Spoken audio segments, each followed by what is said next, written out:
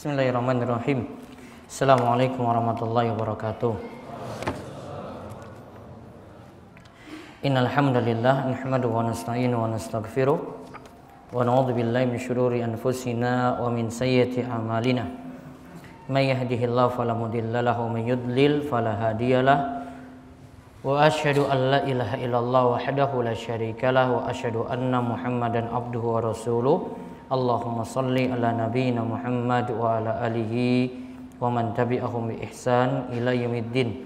Allahumma inna nas'aluka ilman nafi'a wa rizqan thayyiba wa amalan mutaqabbala. Puji syukur kita panjatkan pada Allah Subhanahu wa taala. Selawat dan salam semoga tercurah kepada junjungan kita Nabi besar Nabi Agung Muhammad sallallahu alaihi wasallam. Bapak ibu-ibu yang mungkin senantiasa dirahmati oleh Allah Subhanahu wa taala dan para jamaah yang hadir. Kesempatan kali ini kita akan kembali setelah liburan beberapa waktu, kita akan memulai lagi mengkaji hadis-hadis penting terkait tentang masalah ibadah, yang dimana kita kali ini mulai dengan pembahasan kitab Umdatul Ahkam karya Syekh Abdul Ghani Al-Maqdisi, di mana hadis yang dikumpulkan adalah hadis-hadis sahih yang dikeluarkan oleh Imam Bukhari dan Muslim, dan Syekh Abdul Ghani Al-Maqdisi mengkhususkan pembahasan dari hadis-hadis tersebut, dikhususkan masalah ibadah yang dibahas. Kali ini kalau di buku warna kuning di hadis 126 kita akan lanjutkan halaman 86 kalau buku besarnya, atau di buku yang lainnya ada yang nomor urut 124. Baik, kita akan lihat hadis dari Abdurrahman bin Abi Layla. Abdurrahman bin Abi Layla masih membicarakan tentang tasyahud.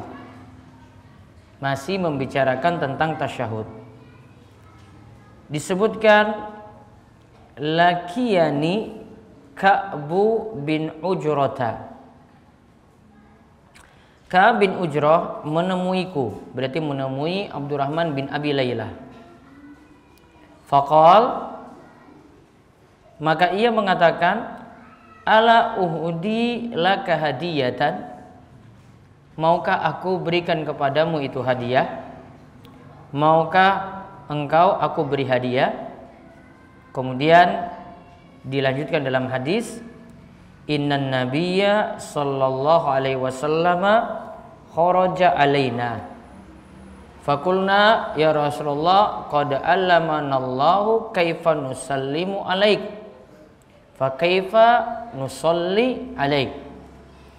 Nabi SAW ketika itu keluar lantas melewati kami itu berkata saat itu, wahai Rasulullah, sungguh kami telah mengetahui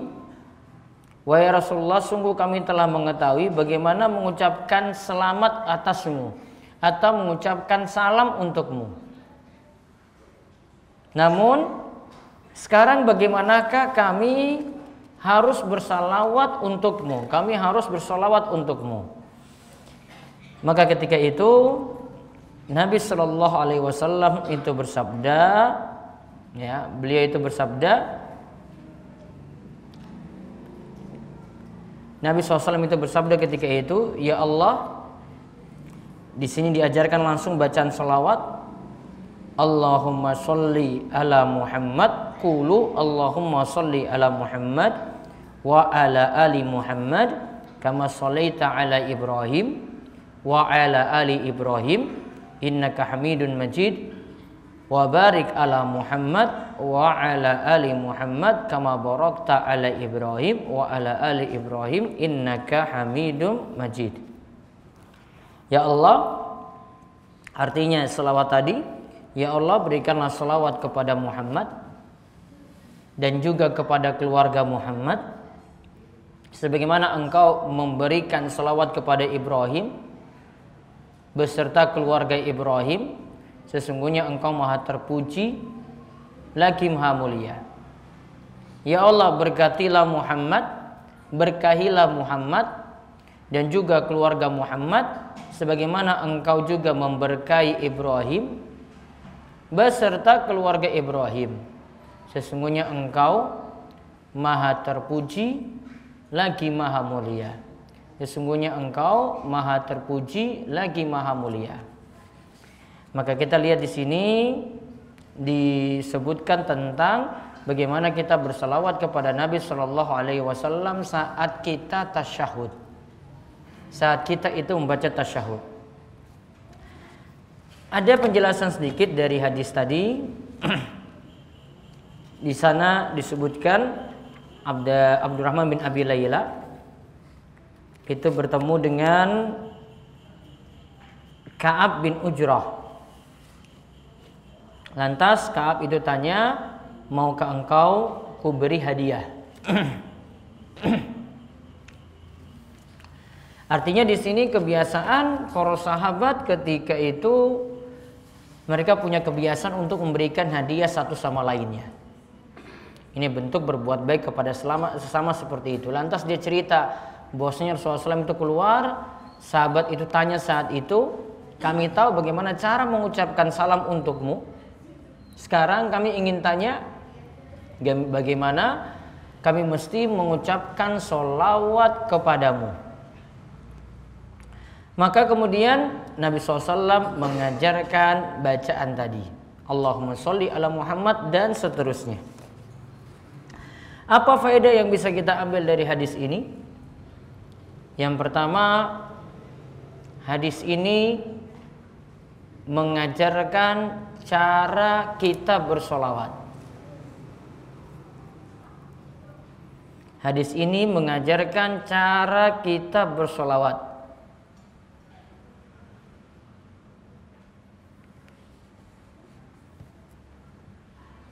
Dan ini yang kita baca di dalam sholat kita, yaitu ketika tahiyat.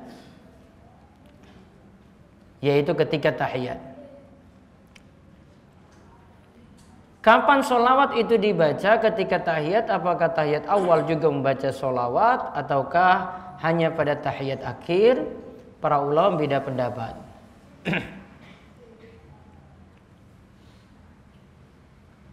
Termasuk salah satu pendapat dari mazhab Syafi'i, baca sholawat itu termasuk juga dalam tahiyat awal, masuk dalam bagian sunnah ab'ad.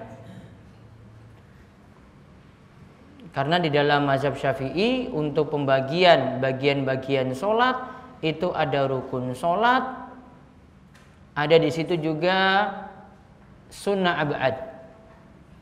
Ada lagi namanya sunnah, satunya lagi namanya sunnah hay'ah.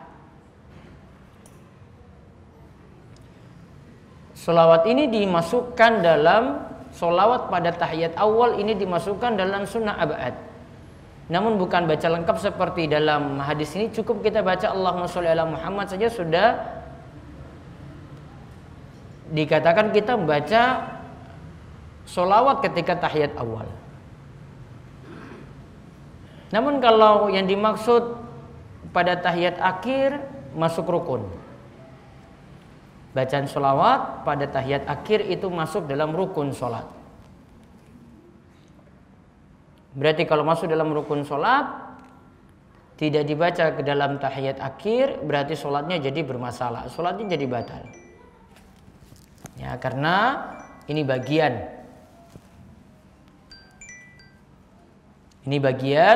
dari kewajiban yang mesti dipenuhi. Kemudian faedah yang lainnya lagi dari hadis ini, sholawat yang paling afdal adalah seperti sholawat yang diajarkan dalam hadis ini. Itu sholawat yang paling afdal. Jadi kalau ditanya mana pujian dan sholawat yang paling bagus sekali bagi Nabi SAW, sholawat ini. Karena Rasulullah SAW yang pertama, Rasulullah SAW itu yang ajarkan langsung pada sahabat. Kemudian kita disuruh ulang setiap kali sholat. Berarti kalau ada yang lebih baik daripada itu, harusnya ditunjukkan oleh Nabi SAW atau para sahabat, selawat-selawat yang lainnya juga dibaca juga pengganti dari ini atau menggantikan tasyahud tadi, menggantikan bacaan salat pada tasyahud atau tahiyat tadi. Namun Nabi SAW cuma menyebutkan bacaan ini atau ada lafaz yang cuma berbeda saja, namun maknanya sama dengan apa yang disampaikan dalam hadis ini. Jadi kalau mau hafal salawat yang paling bagus apa? Salawat yang kita baca saat tasyahud ini kita kenal salawat tersebut dengan nama salawat Ibrahimiyah. Salawat apa namanya? Ibrahimiyah. Kenapa disebut Ibrahimiyah? Karena di dalam salawat ini ada kalimat yang berisi juga salawat juga untuk Nabi Ibrahim. Dan ini yang paling afdol sekali. Dan kalau ini paling afdal, maka kalau ada lafaz seperti itu ya sudah kita buat, ikuti sesuai dengan tuntunan. Enggak perlu tambah-tambah lafaz-lafaz baru. Lihat di dalam bacaan ini, ya, ingat ini hadis riwayat Bukhari Muslim ya.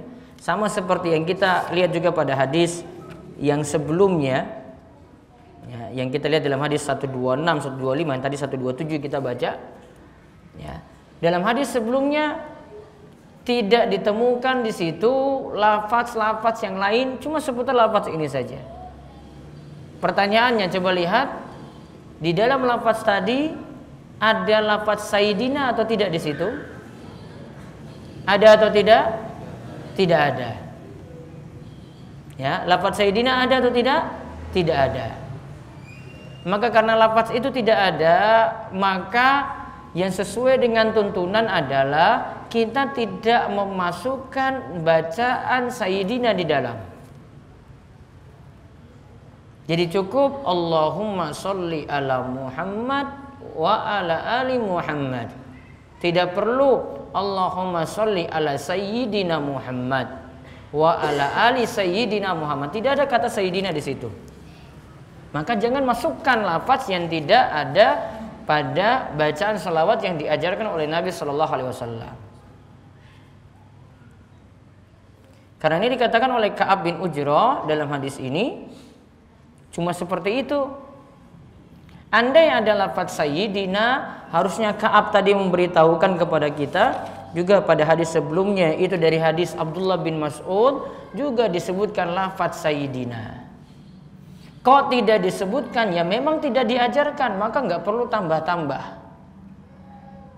Kita nambah-nambah, malah kita nyatakan ajaran dalam agama kita itu masih belum sempurna. Perlu direvisi ulang. Ya kan? Kalau kita nambahi berarti kita sama saja meyakini ajaran dalam agama kita itu mesti ada revisi ulang. Wah, Nabi belum benar ini, saya mau benarkan Nabi lagi. Kasarannya kayak begitu. Ada berani bilang kayak begini? Oh, Nabi saya itu nggak benar itu. Nabi nggak, kayaknya kurang ini. Mungkin luput lah atau Nabi itu lupa pada kita. Nah, kita tambahkan situ. Ada berani ngomong kayak begini? Hah? Atau Jibril ketika itu sampaikan wahyu itu kurang, kayaknya lupa itu Nabi SAW.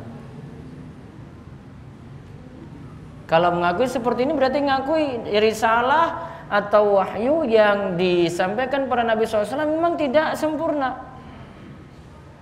Ini musibah besar ini kalau seperti ini. Sudah jadi kita meyakini ada kekurangan dalam syariat kita, padahal Allah telah menyebutkan dalam surat Al-Maidah, al-yauma akmaltu lakum dinakum, pada hari ini aku telah sempurnakan bagi kalian agama kalian. Berarti agama Islam sudah sempurna. Konsekuensinya apa kalau sudah sempurna? Tidak boleh ditambah, tidak boleh dikurang. Tidak boleh lagi dikurangi. Kalau tambah malah nganggap tidak sempurna sehingga dia itu nambah. Kalau dikurangi ya juga dia nganggap berarti itu juga tidak sempurna. Kalau sudah sempurna berarti tidak boleh ditambah, tidak boleh dikurangi. Kita amalkan apa adanya. Jadi syariat itu amalkan apa adanya. Nggak ada yang bisa protes ini. Bagi yang mengatakan adalah ada tambahan Sayyidina, silahkan tentukan dalilnya itu dapat dari mana. Karena kita mau pakai tuntunan dari siapa lagi kalau bukan dari Nabi Shallallahu Alaihi Wasallam. Masa Abdullah bin Mas'ud yang riwayatkan hadis tadi keliru, terus Ka'ab bin Ujrah juga keliru, kita yang datang belakangan nyatakan itu yang benar. Afdol mana coba? Abdullah bin Mas'ud salah dengar, terus Ka'ab bin Ujrah juga salah dengar, kita yang datang belakangan ini baru nambah-nambahi. Dulu kayaknya Abdullah bin Mas'ud tuh ngantuk mungkin. Wah, ini kayaknya lupa ini Sayyidina. Bilang kayak gitu sama Abdullah bin Mas'ud. Wah, lancang sekali itu. Maka kalau tidak ada lafaz tambahan, sudah, amalkan kayak gitu saja. Dan konsekuensinya, kalau ini ada lafaz seperti itu, harusnya praktekkan juga untuk bacaan lain. Harusnya praktekkan juga untuk bacaan yang lain. Kenapa dalam lafaz saat kita kumandangkan azan tidak ada lafaz Sayyidina di situ? Asyhadu anna Sayyidana Muhammad Rasulullah. Wah, itu digebuk warga satu kampung nanti. Iya kan? Kenapa nggak dipraktekkan sama? Kalau itu pakai standar kita, coba perasaan, saya mau nambah ini, harus hormati. Sayyidina itu artinya tuanku. Ya. Seperti kalau dalam bahasa kita itu tuan, nyonya, itu panggil itu untuk ada kata tambahan, Pak siapa gitu. Kalau panggil nama nggak sopan. Nah, masalahnya ini kita amalkan dalil. Maka kalau di situ ditambah Sayyidina, harusnya di lafaz azan juga tambah Sayyidina pula. Keraskan itu juga. Kenapa dibedakan? Apa bedanya coba?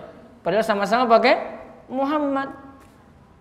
Harusnya kan teriak juga. Asyhadu anna Sayyidana Muhammad Rasulullah. Kok nggak pakai? Kok kamu nyatakan beda? Kok di situ pakai? Apa dalilmu di situ pakai, yang sini nggak pakai? Harusnya seragam kan dong. Masa nggak seragam? Nanti juga konsekuensinya berarti di lafaz doa ba'da azan juga seperti itu. Doa ba'da azan itu apa? Allahumma rabba hazi da'wati tamma wa sholatil qa'imah ati Muhammadanillah. Berarti ati sayyidina Muhammadanillah. Ini biasanya orang tambah di sini. Namun tidak ada dalam hal lafaz hadis. Maka nggak perlu ditambah juga. Namun bagaimana kalau memakai kalimat ini, apakah masih boleh? Boleh, namun di luar perkara yang sudah Nabi tetapkan. Misalnya dalam muqaddimah, kalau kita mulai pengajian misalnya Allahumma sholli ala Muhammad, saya tambah Allahumma sholli ala Sayyidina Muhammad. Wah, ini kalau nggak pakai Sayyidina ini saya kena masalah ini. Oh, di sini ini bahaya nih kalau saya nggak pakai Sayyidina. Oh, sudahlah saya tambah. Wah, ini di luar bacaan tahiyat, ini di luar bacaan doa ba'da azan. Wah, kena masalah ini. Ini masnya ini kurang ajar nih, nggak mau pakai Sayyidina. Oh, sudahlah saya tambah saja. Karena nggak punya konsekuensi apa-apa di situ. Dan lafaz kita ketika membuat muqaddimah, ketika mengawali khutbah atau ceramah, itu kan tidak diatur, bebas. Ada yang pakai innal hamdalillah, ya boleh-boleh saja. Ada yang pakai alhamdulillahilladzi arsala rasulahu bil huda, juga boleh. Mau buat kalimat sendiri juga boleh. Mau pakai lafaz sholawatnya pakai Sayyidina monggo, mau enggak juga enggak masalah. Kadang harus pakai karena pertimbangan audiens yang dihadapi. Harus nimbang-nimbang. Kalau enggak pakai besok enggak disuruh lagi maju. Wah, ini masnya ini suruh kultum saja kayak begini, wah besok enggak diundang lagi nih. Enggak hormat pada Kanjeng Nabi. Oh, sudah pakai aja kalau kayak begitu. Enggak dosa kok. Lalu masalahnya tadi kita praktekkan dalil itu bagaimana? Konsekuensinya seperti itu. Ya, konsekuensinya itu seperti itu. Sudah amalkan apa adanya. Karena tadi kita simpulkan yang kedua tadi, sholawat yang paling afdol sholawat ini. Bagaimana bacanya? Oh, berarti seperti yang Nabi Shallallahu Alaihi Wasallam itu ajarkan sholawat tadi. Kemudian faedah yang ketiga lagi, hadis ini menunjukkan keutamaan Nabi Allah Ibrahim alaihissalam. Keutamaan Nabi Allah Ibrahim.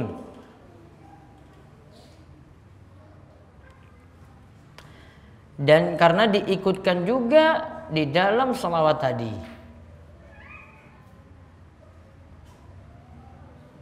Terus apa yang dimaksudkan keluarga Muhammad? Kan dalam hadis ini disebutkan keluarga Muhammad. Keluarga Muhammad di sini ada dua pengertian. Yang pertama, orang yang mengikuti beliau dalam beragama. Keluarga Nabi itu adalah orang yang ikuti tuntunan beliau dalam beragama. Itu disebut Ali Muhammad. Jadi siapa saja dari umat ini yang ikuti tuntunan Nabi SAW masuk dalam sini. Masuk dalam keluarga Muhammad. Pengertian yang kedua, mereka adalah keluarga dekat Nabi Sallallahu Alaihi Wasallam yang beriman. Dikarenakan ada keluarga dekat Nabi Sallallahu Alaihi Wasallam yang kafir juga. Maka yang dimaksudkan dalam hadis ini keluarga Nabi Sallallahu Alaihi Wasallam yang beriman. Pengertian pertama tadi apa? Keluarga Muhammad, setiap orang yang mengikuti beliau dalam beragama. Yang kedua, kerabat dekat Nabi Sallallahu Alaihi Wasallam yang beriman. Berarti yang kafir tidak masuk dalam doa ini tadi. Berarti kalau kita artikan seperti itu, berarti orang-orang yang mengikuti tuntunan Nabi SAW didoakan terus dalam sholawat. Ya kan? Didoakan terus dalam sholawat Ibrahimiyah tadi itu. Allahumma sholli ala Muhammad. Didoakan pada Muhammad sholawat. Wa ala ali Muhammad. Dan juga kepada keluarganya Muhammad. Nah, keluarganya Muhammad juga didoakan. Menunjukkan bahwasanya orang-orang yang ikuti beliau dalam beragama masuk dalam doa tersebut. Berarti kalau tidak mengikuti tuntunan Nabi SAW dalam beragama, tidak didoakan dalam doa tadi. Dan ini doa semua orang ini baca. Semua orang yang baca tahiyat, semua orang yang membaca tasyahud, itu mendoakan orang-orang yang mengikuti tuntunan Nabi kita Muhammad Sallallahu Alaihi Wasallam. Ini menunjukkan keutamaan yang luar biasa. Di samping orang-orang yang mengikuti tuntunan Nabi SAW nantinya akan dapat syafaat dengan mudah, akan dekat dengan Nabi SAW di hari kiamat kelak. Ini keutamaan yang begitu banyak. Kemudian faedah yang lainnya lagi,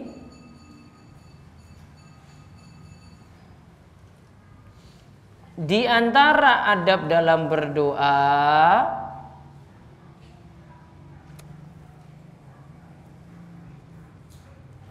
di antara adab dalam berdoa yang diajarkan dalam bacaan tahiyat tadi ada dua di sini diajarkan. Satu, kita mendahului doa dengan sholawat. Karena lihat di sini ya, kita baca tahiyat itu dari at-tahiyatulillah. Ini pujian pada Allah dulu. Terus habis itu beralih kepada lafaz sholawat. Baru nanti kan di akhir-akhir itu kan nanti ada doa. Allahumma inni a'udzubika min adzabi jahannam wa min adzabil qabri wa min fitnatil mahya wal mamat wa min syarri fitnatil masihid dajjal. Awal didahului pujian kepada Allah, salawat pada Nabi, baru doa. Ada berdoa yang kedua lagi yang diajarkan dalam bacaan tasyahud ini. Yang kedua, hendaklah doa ditutup juga dengan pujian kepada Allah. Hendaklah doa ditutup juga dengan pujian kepada Allah.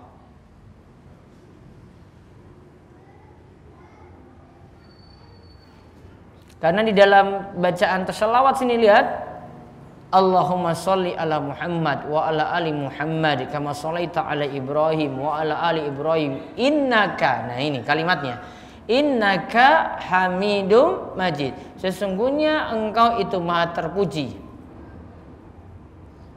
Majid lagi maha mulia. Sesungguhnya engkau itu maha terpuji lagi maha mulia.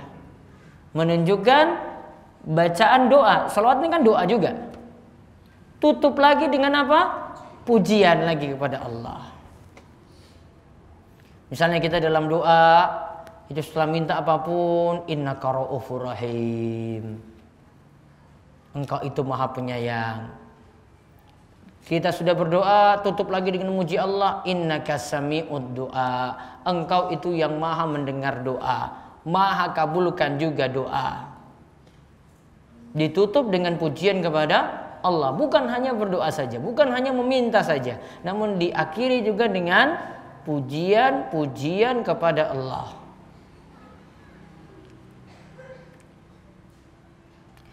Kemudian faedah yang lainnya lagi dari hadis ini menunjukkan bagaimanakah semangat para sahabat dalam memperhatikan ilmu syariat.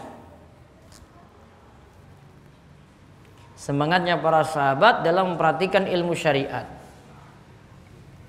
Karena sampai bacaan tasyahud pun itu mereka dengar langsung dari Nabi Shallallahu Alaihi Wasallam bagaimanakah pengajarannya, gimana cara baca tasyahudnya, gimana lafaz-lafaznya. Karena tadi mereka kan sudah tahu, oh ucapkan salam seperti ini, kalau berselawat bagaimana? Berarti salam tadi mereka sudah tahu bagaimana salam kepada Nabi Shallallahu Alaihi Wasallam. Namun ucapan salawatnya bagaimana? Ini juga mereka butuh ilmu tersebut, dan ketika diajarkan mereka terapkan ilmu tadi. Nah, sekarang kita lihat hadis yang berikutnya dari Abu Hurairah radhiyallahu anhu. Ini tentang bacaan lagi yang dibaca saat atau setelah kita baca tahiyat. Berlindung dari 4 hal. Hadis 128 atau di buku hijau 125. Dari Abu Hurairah radhiyallahu anhu, ia berkata, kana Rasulullah sallallahu alaihi wasallam yad'u fi salatihi, Allahumma inni a'udzubika min adzabil qabri wa min adzabin nari wa min fitnatil mahya wal mamati wa min fitnatil masihid dajjal. Dari Abu Hurairah radhiyallahu anhu, ia berkata bahwasanya Rasulullah SAW berdoa dalam sholatnya, ya Allah, aku minta perlindungan kepadamu dari siksa kubur, juga dari siksa neraka, juga dari fitnah hidup dan juga mati. Gitu pula, ya Allah, aku minta perlindungan kepadamu dari fitnah al-masih ad-dajjal. Dalam riwayat Muslim disebutkan, idza tasyahhada ahadukum falyasta'iz billahi min arba. Jika salah seorang di antara kalian mau membaca tasyahud, maka mintalah perlindungan dari 4 hal. Maka ucapkanlah, Allahumma inni a'udzubika min adzabi jahannam, summa dzakkara nahwahu, kemudian diucapkan yang semisal itu. Ya Allah, aku minta perlindungan dari siksa neraka, siksa jahanam, dan kalimat yang semisal kalimat tadi. Berarti kita pelajari ada bacaan yang dibaca setelah tasyahud, yaitu meminta perlindungan dari 4 hal. Nah, sekarang kita lihat apa maksud dan juga faedah dari hadis tadi. Tadi disebutkan ada yang pertama, Allahumma inni a'udzubika min adzabil qabri. Disebutkan azab kubur dulu. Yang disebutkan azab kubur terlebih dahulu. Nah, kalau disebutkan azab kubur terlebih dahulu, azab kubur itu maksudnya siksa di dalam kubur. Dan yang dimaksud dengan kubur itu adalah alam ketika seseorang itu sudah meninggal dunia sampai hari kiamat. Alam ketika seorang itu telah meninggal dunia sampai datang hari kiamat.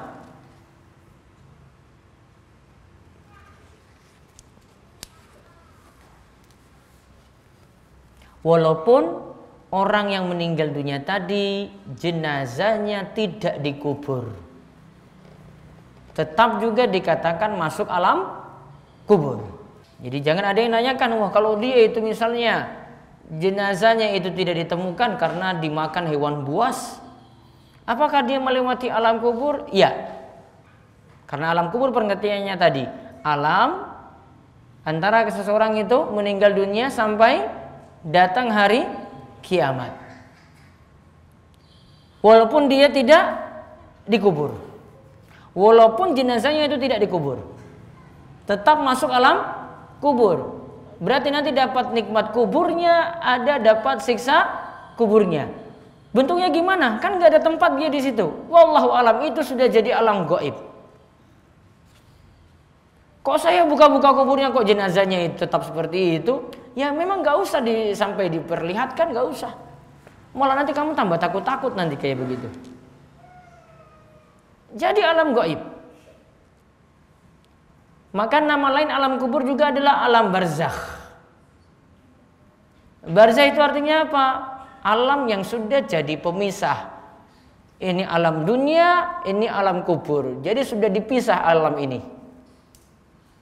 Berarti ada mungkin nggak jenazahnya itu keluar? Wah, nggak mungkin. Mungkin nggak jalan-jalan, lihat dulu ke rumahnya 7 hari, 40 hari nggak balik-balik ke kubur. Ya? Ngetok-ngetok pintu rumah, terus kunjungi anaknya, kunjungi putunya, kemudian ya tanya kabar gitu, atau ngopi bareng lah, ekstrimnya kayak gitu. Mungkin? Ya, nggak ada kayak begitu. Terus kok bisa ada yang sampai berkata, itu bukan jenazah tadi yang keluar, tuh nggak mungkin keluar lagi. Terus apa yang keluar tadi? Ada yang bisa menyerupai orang yang telah meninggal dunia. Dia nggak mungkin keluar lagi. Gampangannya, ingat alam kubur itu sudah jadi alam sendiri. Nggak mungkin malaikat tuh luput itu sampai ada yang kabur. Ekstrimnya kayak gitu. Kalau sudah dapat nikmat, sudah dia nikmat di situ, mau di situ terus. Gak mungkin mau keluar lagi. Saya mau lihat dulu rumah di sana kok ini aman atau enggak. Wah, ngapain? Sudah dapat nikmat, dia tersibukkan dengan nikmat. Sebaliknya, kalau dapat siksa terus gimana? Wah, saya istirahat dulu, malaikat saya keluar dulu. Ya, stop dulu siksanya. Nanti baru saya balik lagi. Gak ada kayak begitu. Kalau penjara di dunia, ya penjara di dunia, orang bisa kabur nggak? Bisa saja. Kalau alam kubur coba, itu kan lecehkan malaikat berarti kan? Keyakinan kalau ada yang nyatakan ini jenazahnya itu belum kembali itu kan berarti lecehkan malaikat itu. Kok malaikat dibilang kayak gitu? Ini ada yang luput, ini ada yang keluar dari alam kubur. Wah, luar biasa. Nggak ada kayak begitu ceritanya. Ya, kalau sudah dalam alam kubur sudah terpisah nih alamnya, nggak ada yang gentayangan tuh nggak ada. Itu cuma di dunia TV saja. Dunia real, dunia nyata itu nggak ada. Ini sudah alam gaib. Urusan dia dapat nikmat itu urusan dia sendiri, urusan dia disiksa itu juga urusan juga dia di situ. Kita tidak perlu tahu juga. Dan nggak mungkin keluar lagi untuk itu. Itu namanya alam kubur tadi. Meskipun juga tadi ada yang tidak dikubur, tetap masuk dalam alam kubur. Kemudian ada lagi disebut fitnatil mahya. Kalau azabin nar tadi ya siksa neraka sudah kita pahami. Terus ada fitnatil mahya, fitnah kehidupan. Fitnah kehidupan di sini adalah gangguan yang menghalangi dari syariat Allah. Jadi ketika dia hidup ada gangguan-gangguan yang menghalangi dia untuk taat kepada Allah. Itu namanya fitnah kalau diistilahkan seperti itu. Di antara bentuk fitnah kehidupan itu adalah kebodohan. Bodoh itu akan menghalangi seorang untuk taat kepada Allah. Dia berada dalam kebodohan, sulit untuk ibadah. Dia cuma taklid saja, fanatik buta saja, ya berarti ibadahnya cuma segitu saja. Namun kalau orang itu belajar ilmu, kemudian dia dalami, kemudian dia amalkan, berarti makin dia belajar, ilmunya makin bertambah, amalannya makin bertambah. Maka diantara bentuk fitnah kehidupan itu adalah kebodohan. Ini seperti diterangkan oleh Syekh Muhammad bin Shalih Al-Utsaimin. Kemudian disebutkan lagi fitnatil mahya wal mamat, fitnah kematian.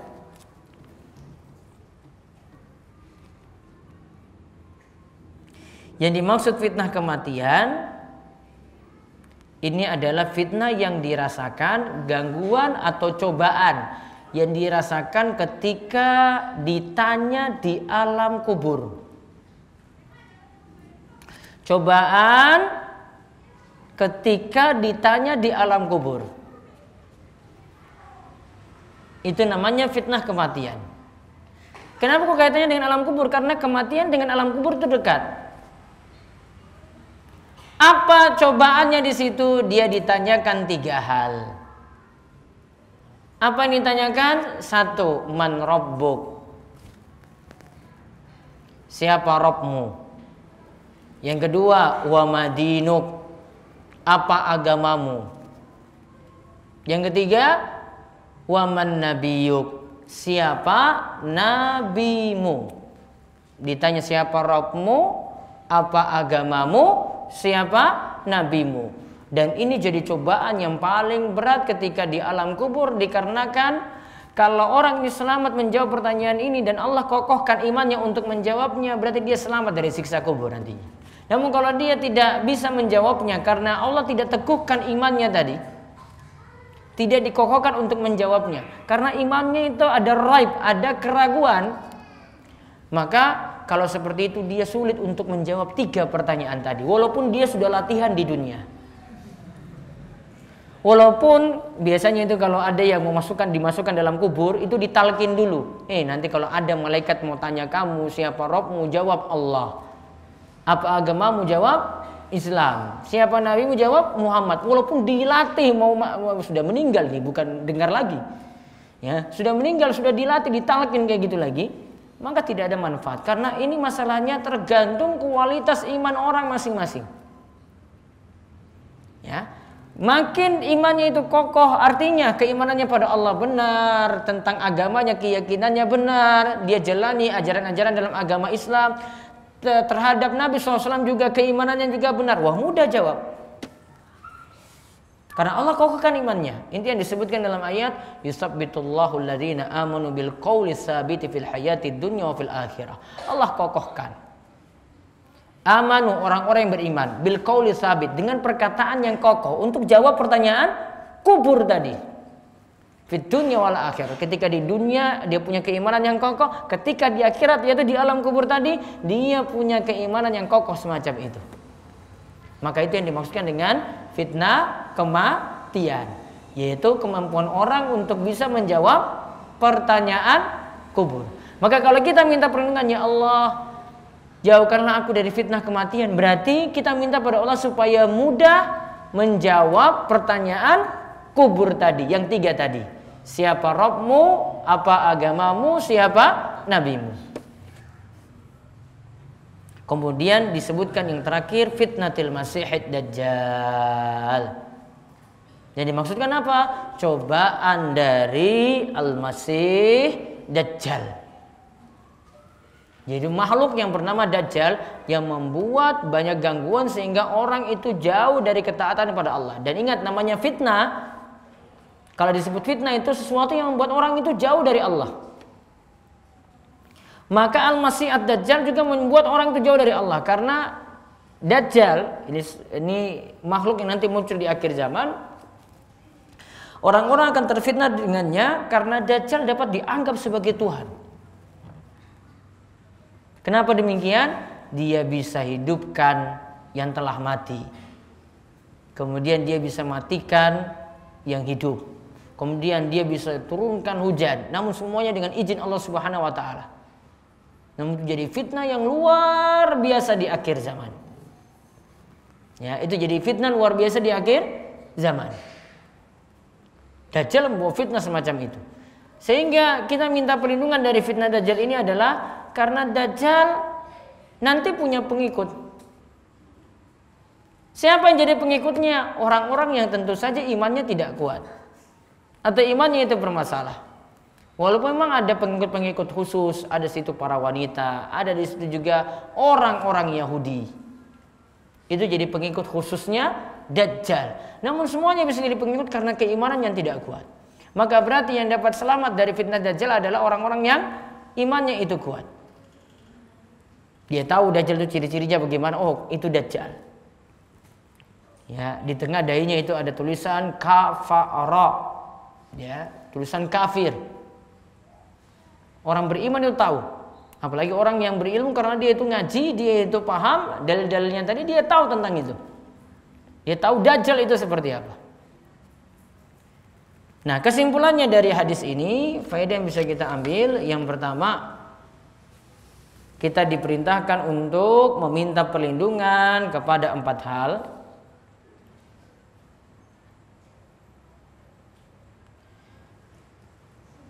Ketika tasyahud akhir, setelah baca tasyahud. Ketika tasyahud akhir, setelah baca tasyahud. Sebagian ulama menganggapnya wajib, sebagian ulama menganggapnya sunnah.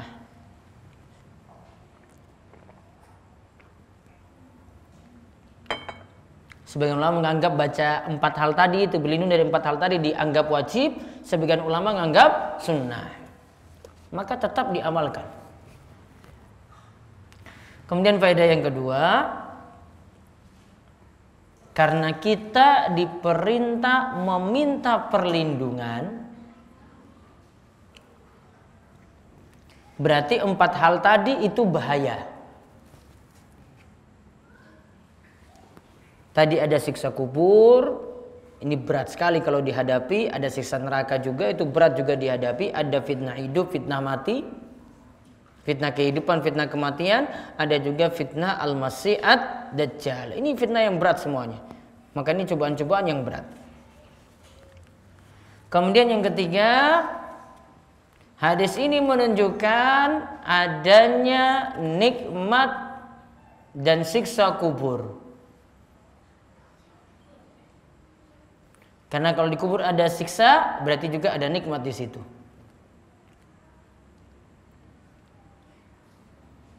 Dan sebagian kalangan itu tidak meyakini adanya nikmat dan siksa kubur. Dikarenakan apa? Karena hadis yang meriwayatkan yaitu hadis ahad. Hadis yang jalur periwayatannya itu sedikit. Sedangkan akidah itu mesti dibangun berdasarkan hadis mutawatir yang jalur periwayatannya itu banyak. Keyakinan seperti ini diyakini oleh Mu'tazilah dan ahli kalam, filosof, ya. Keyakinan seperti ini punya akibat fatal. Hadis-hadis itu banyak ditolak tentang masalah akidah. Karena hadis ahad mutawatir, kalau mutawatir sedikit sekali jumlahnya, hadis ahad itu jumlahnya banyak sekali. Kalau kita katakan hadis ahad tidak boleh dipakai dalam masalah akidah, berarti menggugurkan banyak masalah prinsip, banyak masalah akidah karena semuanya dibangun dengan hadis ahad. Dan itu prinsipnya orang Mu'tazilah, ahli kalam, filosof seperti itu. Kemudian faedah yang lainnya lagi, hadis ini menunjukkan adanya siksa neraka. Adanya siksa neraka.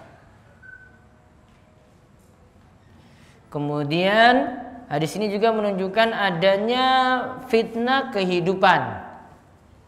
Yaitu berupa apa tadi kalau kita artikan? Fitnah kehidupan? Kebodohan. Juga faedah yang berikutnya ada fitnah kematian. Tadi diartikan apa? Oleh Syekh Muhammad bin Shalih Al-Utsaimin. Fitnah kematian? Cobaan ketika menjawab pertanyaan kubur. Ingat ya, kalau fitnah kematian di dalam doa tadi itu artinya cobaan ketika menjawab pertanyaan kubur. Kemudian faedah yang lainnya lagi, hadis ini menunjukkan adanya Dajjal dan akan keluar pada akhir zaman.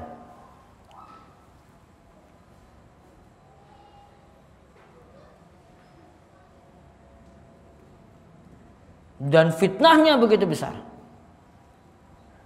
Fitnah Dajjal, cobaannya itu begitu besar sekali. Setiap orang yang tidak kuat imannya maka akan tergoda dengan Dajjal tadi. Lalu yang terakhir, karena kita diajarkan berlindung dari 4 hal tadi, maka menunjukkan kasih sayang dari Nabi kita Muhammad sallallahu alaihi wasallam. Karena beliau ajarkan hal yang membahayakan kita. Kita diajarkan doa ini supaya selamat dari 4 hal tersebut. Wallahu a'lam bishawab. Selanjutnya saya jawab beberapa pertanyaan. Kebiasaan jamaah syakur kalau tadarus bulan Ramadan itu berkelompok-kelompok. Mereka membaca bergantian. Kalau khatam, apakah masing-masing anggota kelompok itu sudah disebut khatam Al-Quran? Kalau belum, bagaimana sebaiknya agar bisa termasuk orang yang sudah khatam Al-Quran? Apakah harus membaca sendiri-sendiri? Menghatamkan Al-Quran untuk berkelompok seperti ini bisa lakukan dengan 2 cara. Yang pertama, masing-masing itu menghatamkan sendiri-sendiri. Ya, masing-masing menghatamkan sendiri-sendiri. Artinya dihitung berarti bacaannya untuk dirinya sendiri. Dia baca 30 juz berarti untuk dirinya sendiri 30 juz tadi.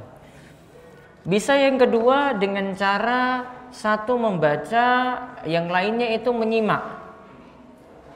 Satu membaca, yang lainnya itu menyimak. Jadi kalau ada yang baca, yang lainnya nyimak. Misalnya dia baca 1 ruku, yang 1 ruku ini didengar oleh yang lainnya. Maka yang baca dianggap baca 1 ruku, yang lainnya yang dengar. Kalau perhatikan baik-baik, maka yang dengar itu sama seperti membaca. Apa dalilnya? Seperti dalil sebagian ulama untuk bacaan Al-Fatihah cukup baca amin saja. Makmum cukup baca amin saja, maka bacaan Al-Fatihahnya yang dia tidak baca lengkap, yang dia tidak baca karena dia cuma ucapkan amin saja, dianggap seperti baca surat Al-Fatihah tadi. Maka sebagian ulama yang menyatakan bacaan Al-Fatihah jadi bacaan makmum, itu cukup orang itu baca amin saja. Aminnya ini sama seperti dia anggap membaca. Padahal dia tidak baca doa namun dia aminkan. Karena yang baca doa itu imamnya. Yaitu doanya itu mulai dari ihdinas siratal mustaqim sampai akhir ayat. Maka kaidahnya bisa disimpulkan adalah orang yang menyimak dengan baik maka dianggap seperti membaca. Maka berarti kalau ini ada 10 orang, satu hari misalnya 1 juz, nanti giliran nanti baca 1 ruku, pindah lagi yang lainnya 1 ruku lagi, terus seperti itu. Maka kalau yang lainnya itu dengar dengan baik, yang satu itu baca, nanti giliran lagi sebelum sampai 1 juz dalam 1 malam, maka dianggap semuanya itu baca 1 juz. Berarti kalau ini giliran terus sampai 1 bulan, berarti sampai khatam dianggap semuanya itu mengkhatamkan Al-Quran. Saya ingin tanya bagaimana akidah sekarang bagaimana akidah seseorang yang menjadi syekh, sering meruqyah orang dan menggali informasi tentang kejahatan jin kafir melalui komunikasi seorang yang diisi dengan jin.